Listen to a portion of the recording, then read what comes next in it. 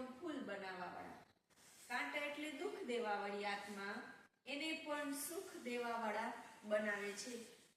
તો કહે છે પશુપતિનાથ કે મનુષ્ય જે પશુ જેવો બની ગયો એને પણ દેવ તુલ્ય બનાવવાવાળા, એટલે એને પશુપતિનાથ કીધા. કર્તવ્ય વાચક નામ ભગવાનના 1000. હરિ તારા નામ છે 1000, કે આ નામે લખવી કંકોત્રી. તો સત્ય નામ શિવ છે. શિવ શબ્દનો અર્થ છે મંગલકારી, હિતકારી, કલ્યાણકારી.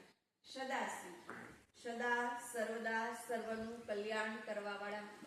ભગવાન ક્યારેય કોઈનું અકલ્યાણ કરતા નથી, એટલે એને સદાશિવ કહેવામાં આવે છે. પણ મુક્તેશ્વર એટલે મુક્તિ આપવા વાળા, પાપ કટેશ્વર એટલે પાપોમાંથી છોડાવવા વાળા. તો 1000 ભગવાનના નામ છે. આમ ભગવાન આવે છે અને પોતાનો સત્ય અને સંપૂર્ણ પરિચય આપે. જો આપણે અગરબત્તી અથવા ધૂપ કરીએ તો પોતે બળી જાય, પણ સુવાસ ફેલાવીને જાય, વાતાવરણ સારું બનાવીને જાય. તો ભગવાન એ કહે છે કે આ શરીર ભલે ખતમ થઈ જાય, પણ સારા કર્મની સુવાસ ફેલાવીને જવાનું છે. એટલા માટે દરેક કર્મની આપણે વિધિ બતાવે, વિધિપૂર્વક કર્મ કરીએ તો આપણને સિદ્ધિ પ્રાપ્ત થાય. અને પરમાત્માની યાદગાર માટે આપણે મંદિર બનાવીએ તો મંદિરની અંદર શું કરે? જ્યારે શિવનું લિંગ સ્થાપન કરવાનું હોય તો મંદિરના દરવાજા બંધ રાખવામાં આવે, ઉપરથી ગુંબજ ચણવાનો બાકી હોય, શિવનું અવતરણ કરે, કાં તો નીચેથી ખાડો ખોદીને એને સ્થાપના કરે, પણ ખુલ્લા દરવાજે લિંગની સ્થાપના થતી નથી. કારણ કે પરમાત્મા આ સૃષ્ટિમાં મનુષ્યની જેમ કે દેવતાઓની જેમ જન્મ નથી લેતા. પરમાત્માનો જન્મ નહીં, પણ પરમાત્માનું અવતરણ કહેવામાં આવે છે. ભગવાન અવતરિત થાય છે, પરકાયા પ્રવેશ કરી જ્ઞાન સંભળાવીને જાય છે. એટલે શિવના લિંગની અંદર 3 લીટીની ઉપર બિંદુ. ભગવાન પોતે બિંદુ રૂપ છે, પણ પોતાનું કર્તવ્ય બ્રહ્મા, વિષ્ણુ ને શંકર દ્વારા કરાવે, એટલા માટે ઈ ત્રિપુટી એટલે 3 લીટી દોરવામાં આવે છે અને ઉપર બિંદુ. ભગવાન તો નિરાકાર જ્યોતિ સ્વરૂપ છે, પ્રકાશ પૂર્ણ છે, અખંડ દિવ્ય પ્રકાશ. પરંતુ એ પોતાનું કર્તવ્ય તો કે બ્રહ્મા, વિષ્ણુ ને શંકર દ્વારા કરાવે, એટલા માટે ઈ ત્રિપુટી દોરવામાં આવે, 3 લીટી. અને ભગવાન બ્રહ્મા દ્વારા નવી સતયુગી દુનિયાની સ્થાપનાનું કાર્ય કરે છે.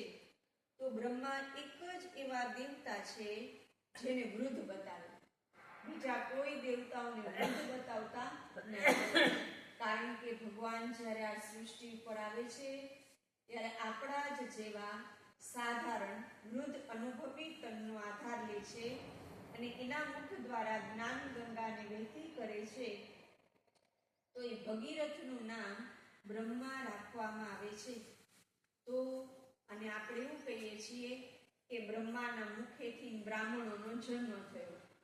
તો મુખમાંથી કોઈ બાળકોનો જન્મ ન થાય, પણ આજે જેમ કહીએ કે બુદ્ધ આવ્યા અને જે લોકોએ બુદ્ધનું જ્ઞાન સાંભળ્યું અને જે એના માર્ગ ઉપર ચાલ્યા તેને બૌદ્ધિક કહે છે.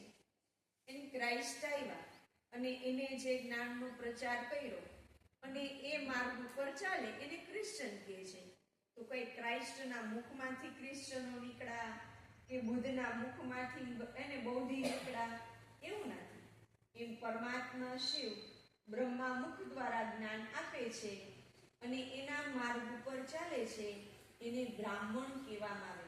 પછી ભલે કોઈ પણ ધર્મના કેમ નથી કે કોઈ પણ જાતિના કેમ નથી, પણ જે પરમાત્માના જ્ઞાનના માર્ગ પ્રમાણે ચાલે છે એને બ્રાહ્મણ કહેવામાં આવે છે. અને બ્રહ્માને 4 ભુજા તો 1000 ભુજાધારી બતાવે છે અને એના હાથોમાં વેદો શાસ્ત્રો બતાવે છે. કહીએ છીએ કે વાલ્મીકીજીએ રામાયણની રચના રચી, વ્યાસજીએ એને ગીતા ઋષિ મુનિ કહીને ગયા એટલે યદા યદા હિ ધર્મસ્ય ગ્લાનિર્ભવતિ ભારત, એમ તો જ્યારે જ્યારે ધર્મની ગ્લાનિ થાય ત્યારે ત્યારે ભગવાન આવશે અને ફરીથી અનેક ધર્મનો વિનાશ અને એક સત ધર્મની સ્થાપના કરશે. તો બ્રહ્માના હાથોમાં વેદો શાસ્ત્ર બતાવ્યા કે બધા જ વેદો શાસ્ત્રનો સાર ભગવાન બ્રહ્મા દ્વારા સમજાવે છે. એટલા માટે બ્રહ્માના હાથમાં વેદ શાસ્ત્ર અને કમળ આસનધારી. કમળ ક્યાંથી લે? કાદવમાં.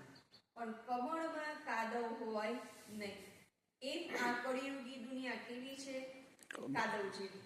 પણ આ કળિયુગી દુનિયામાં રહેવા છતાં એમનું જીવન તો કે કમળ ફૂલ સમાન, કે એની અંદર કોઈ કામ, ક્રોધ, લોભ, મોહ, અહંકાર જેવો કાદવ છે નહીં. રહે છે સંસારમાં, પરંતુ એનું જીવન